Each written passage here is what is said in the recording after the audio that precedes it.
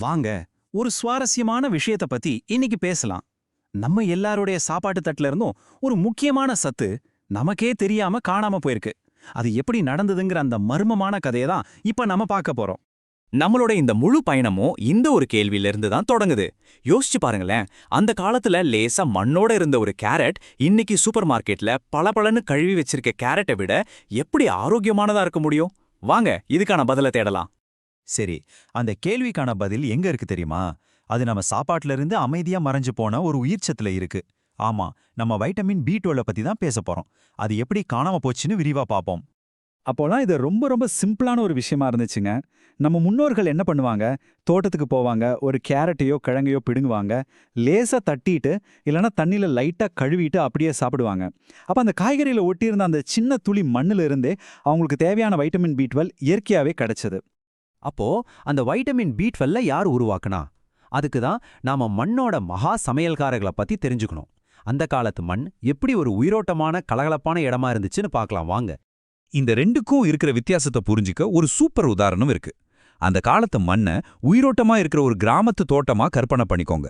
ஆனா இன்னைக்கு இருக்கிற பெரும்பாலான விவசாய நிலத்தை ஒரு மருத்துவமனையோட தரையா நினைச்சுக்கோங்க.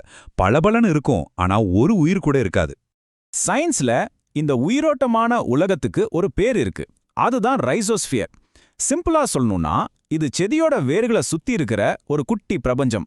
இங்க தான் கோடிக்கணக்கான நுண்ணுயிரிகள் வாழுது. இந்த ரைசோஸ்பியர்ல இருந்த ரைசோபியம் சூடோமோனாஸ் மாதிரி பாக்டீரியாக்கள் தான் நம்மளோட உண்மையான மகா சமையல்காரர்கள். அவங்க என்ன பண்ணுவாங்கன்னா, செடிகளுக்காக ஒரு ஸ்பெஷல் பி12 மசாலாவை தயாரிச்சு கொடுப்பாங்க. அந்த மசாலா தான் காய்கறிகளோட தோள்கள் மேல ஒரு படலமா படிஞ்சிருந்தது.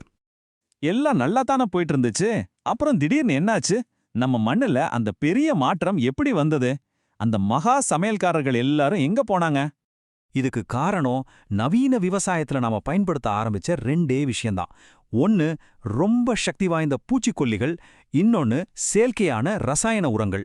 இது ரெண்டும் சேர்ந்து மண்ணுல இருக்கிற எல்லா நுண்ணுயிரிகளையும் அழிச்சு மண்ணையே கிட்டத்தட்ட மலடாக்கிடுச்சு.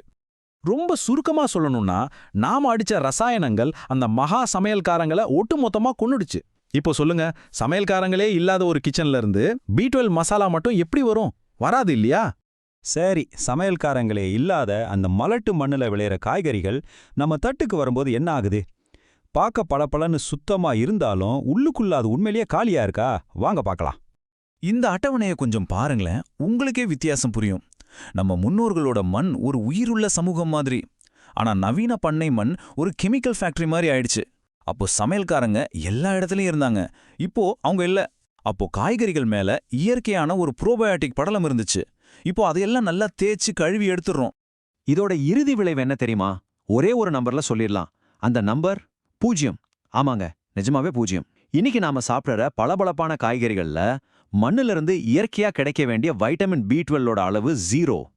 இது பத்தாதுன்னு கடைகள்ல காய்கறிகளை குளோரின் கலந்த தண்ணியில திரும்ப திரும்ப கழுவுறது, அப்புறம் மண்ணே இல்லாம தண்ணியிலேயே செடி வளர்க்குற ஹைட்ரோபானிக்ஸ் முறை, இதெல்லாம் சேர்ந்து நம்ம சாப்பாட்டுக்கும் மண்ணுக்கும் இருந்த அந்த கடைசி ஒரு துளி உறவையும் துண்டிச்சிடுச்சு. ஐயோ, இவ்ளோ பெரிய பிரச்சனையான்னு பயப்படாதீங்க. இதுக்கு தீர்வு இருக்கான்னு கேட்டா நிச்சயமா இருக்கு. இப்போ நாம அந்த மகா சமையல்காரர்களை எப்படி திரும்பவும் நம்ம மண்ணுக்கு கொண்டு வர்றது, இந்த நிலைமையை எப்படி மாத்துறதுன்னு பார்க்கலாம். நாம பார்க்க போற எல்லா தீர்வுகளுக்கும் இதுதான் அடிப்படை. மனிதனோட ஆரோக்கியம் மண்ணோட ஆரோக்கியத்தை சார்ந்துதான் இருக்கு. நாம நம்ம மண்ணை சரி பண்ணா நம்ம ஆரோக்கியம் தானா சரியாயிடும். இதுக்கு நாம ஒரு 3 சிம்பிளான விஷயங்களை செய்யலாம். 1. மண்ணோட உயிரை மீட்டெடுக்கிற புனரமைப்பு விவசாயிகளுக்கு ஆதரவு கொடுக்கணும். 2. முடிஞ்சா நம்ம வீட்லயே ஒரு சின்ன தோட்டத்தை ஆரம்பிக்கலாம். 3. பழைய சோறு மாதிரி நொதிக்க வச்ச உணவுகள் மூலமா நல்ல நுண்ணுயிரிகளை நம்ம உடம்புக்குள்ள சேர்த்துக்கலாம். அந்த மாதிரி விவசாயிகளை எப்படி கண்டுபிடிக்கிறதுன்னு கேக்குறீங்களா? ரொம்ப சுலபம். பஞ்சகவ்யா, ஜீவாமிர்த மாதிரியான பாரம்பரிய உரங்களை யார் பயன்படுத்துறாங்களோ அவங்கள தேடுங்க. இது எல்லாமே மண்ணுல இருக்கிற அந்த மகா சமையல்காரர்களை திரும்ப உயிர்ப்பிக்கிற மேஜிக் டானிக் மாதிரி. அப்போ கடைசியா நான் உங்ககிட்ட கேட்க விரும்புறது இதுதான். நம்ம ஆரோக்கியம் சூப்பர் மார்க்கெட்ல இருந்து ஆரம்பிக்கல, அது மண்ணுல இருந்து தான் தொடங்குது. அதை மீட்டெடுக்க நம்ம கைகள்ல மறுபடியும் கொஞ்சம் மண்ணு பட நம்ம தயாரா? யோசிச்சு பாருங்க.